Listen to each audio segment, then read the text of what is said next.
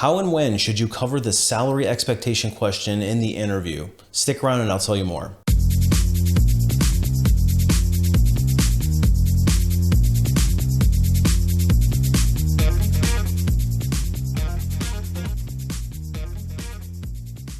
Hey everybody, it's Brian from A Life After Layoff, and today I want to talk to you about the salary expectation question, when it comes up in the interview, how you should address it, at what point in time you should address it, and put a little bit more clarity into this question that seems to give people a lot of anxiety.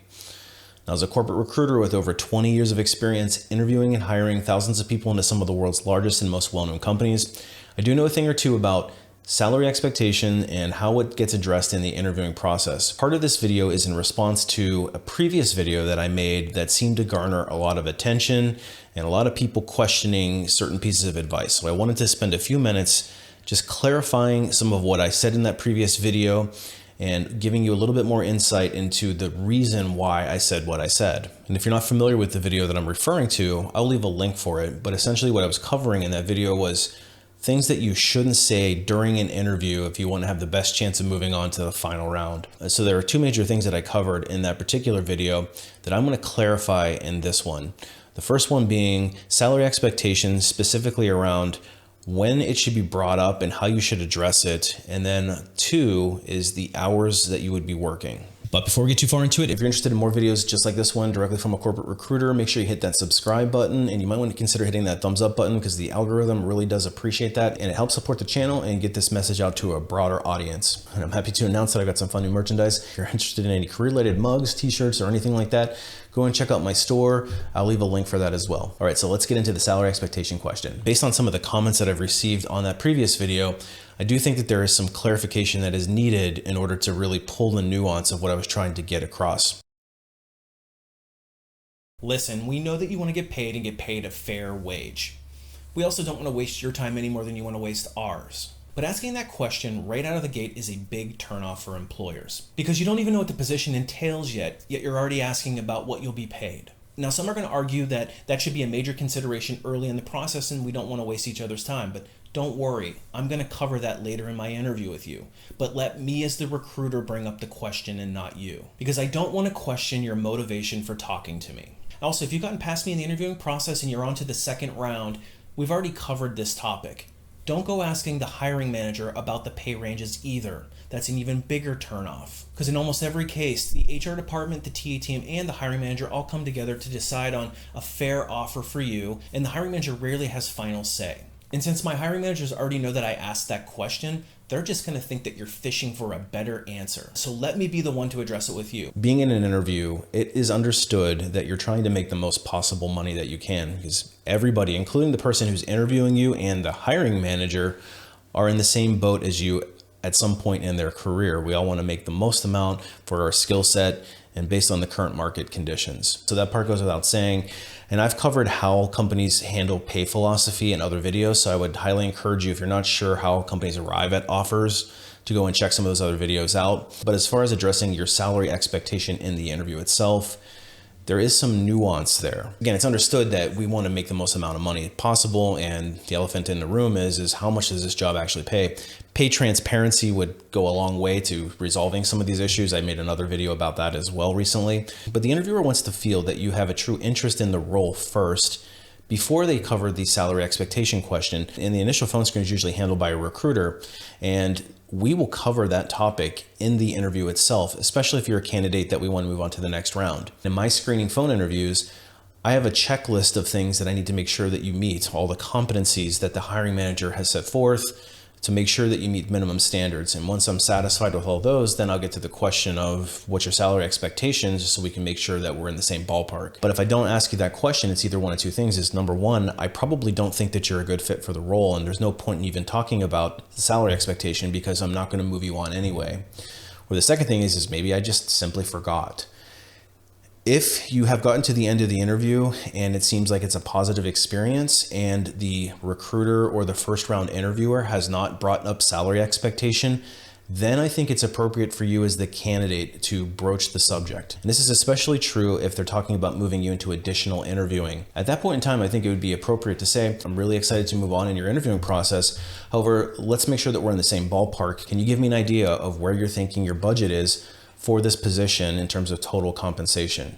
And then let the recruiter respond back to you. In the event that the recruiter doesn't offer the range, they may push back on you and say, there's some ambiguity to the range. It depends on your knowledge, skills, and abilities, but is there a salary expectation that we should take note of? And in that case, you'd probably want to respond with your reasonable expectation. Now, again, if you're interested in more detail about how to answer this question, I did make another video about this, so I highly encourage you to go and check it out. But the point of this clarification is that we don't want to be the ones to bring up the subject instead of the recruiter. We want to allow the recruiter to be the one to bring it up. And if at the end of the interview, they still haven't brought it up and they're talking about moving you on to next steps, then I would absolutely get that addressed before the interview is over. That's completely appropriate. And let's use a dating analogy. We wouldn't walk into a first date with somebody and within the first 5 minutes ask them when it's time to go back to their apartment, right? Because that wouldn't be appropriate and could potentially turn off the person that you just met. Same thing goes in the interview process. We want to make sure that we are using our judgment when we bring up that question. We don't want to seem like we are only caring about the salary that we're getting paid, irregardless of the type of work that it is, whether or not it's even a good fit for us, or even we would even have an interest in that type of job to begin with. We want to make sure that we are showing sincere interest, and honestly, you want to make sure that the job is something that you're interested in, because it doesn't matter if they're paying you double everybody else. If you're going to absolutely hate it, it's going to be in a toxic environment, it's going to be something that you're going to quit anyway. It's not going to be worth it for you in the long run. So let the recruiter bring up the question, and if they don't at the end, then it's appropriate for you to do it. So hopefully that helps clarify the bullet point. I am certainly not suggesting that you don't leave that interview feeling very comfortable that you are going to get a compensation range that makes sense for you. Just do it in the correct manner. And now I want to clarify the next bullet point in the previous video, because I did take it a step further and say, don't be the one to continually bring up salary expectation beyond that initial screen, because traditionally hiring managers don't want to be answering questions about salary expectations. It's kind of like a dirty necessary that they don't want to deal with. And that's what the recruiter is there for, to kind of run interference. And I've never met a hiring manager that liked talking salary with a candidate, because it tends to get sticky. So they want the recruiter to handle it. So if you go into the interview and you're starting to ask every interviewer that you meet about, hey, what's the salary for this? It's going to potentially turn people off. And I have been in situations where hiring managers have come back to me and said, this person just keeps on asking me about the salary expectation. I thought you covered that in your screen. And then I'll say, well, I did cover it in my screen. They'll honestly get a little upset about it and say, well, why do they keep on asking me? And we don't want to give the hiring manager any reason to be turned off by your candidacy. So any lingering salary expectation questions that you didn't get answered satisfactorily, go back to the recruiter instead of asking hiring managers or other people on the interview panel that are not related to your overall compensation. All right, so now that that's clarified, let's talk about the hours of work. And in that video, one of the things I also advised against asking was the hours.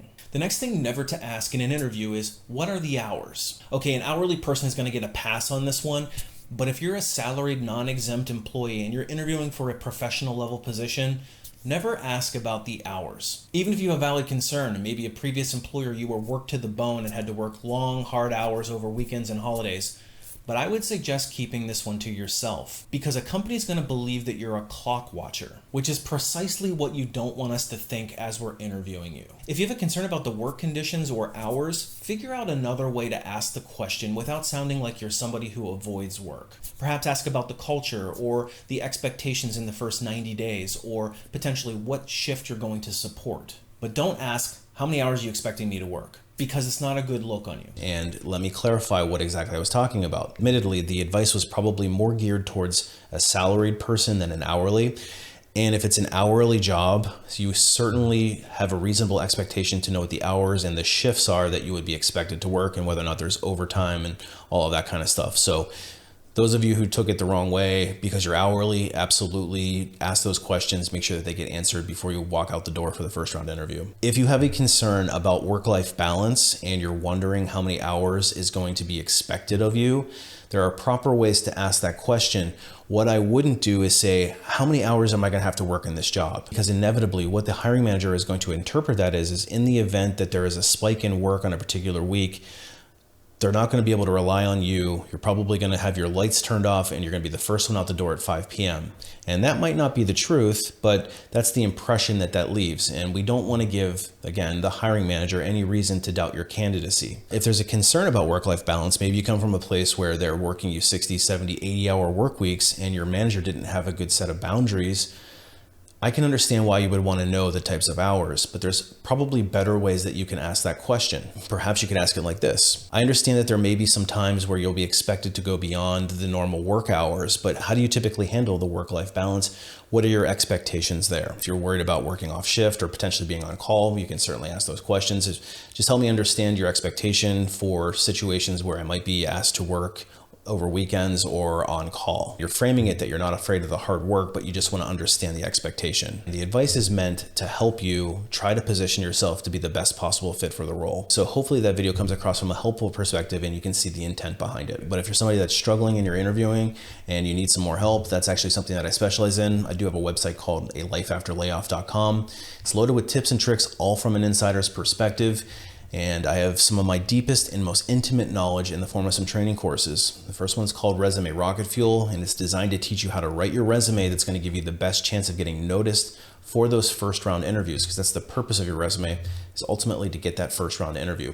Once you get that first round interview, it is then up to you to sell yourself throughout the rest of the interviewing process in order to land that dream offer. And that's where the Ultimate Job Seeker Bootcamp comes in. It's going to walk you through each step of that interviewing process. It's going to give you a ton of tips, tricks, and techniques that you can apply to position yourself to really hit it out of the park, and then again, ultimately land that dream offer. So if you're struggling, highly encourage you to check those courses out. And I also offer some private one-on-one coaching sessions. So if you need some more personalized help, you can reach me through my website for that. Hey, happy job hunting. Hopefully this helps, and we will see you on the next one.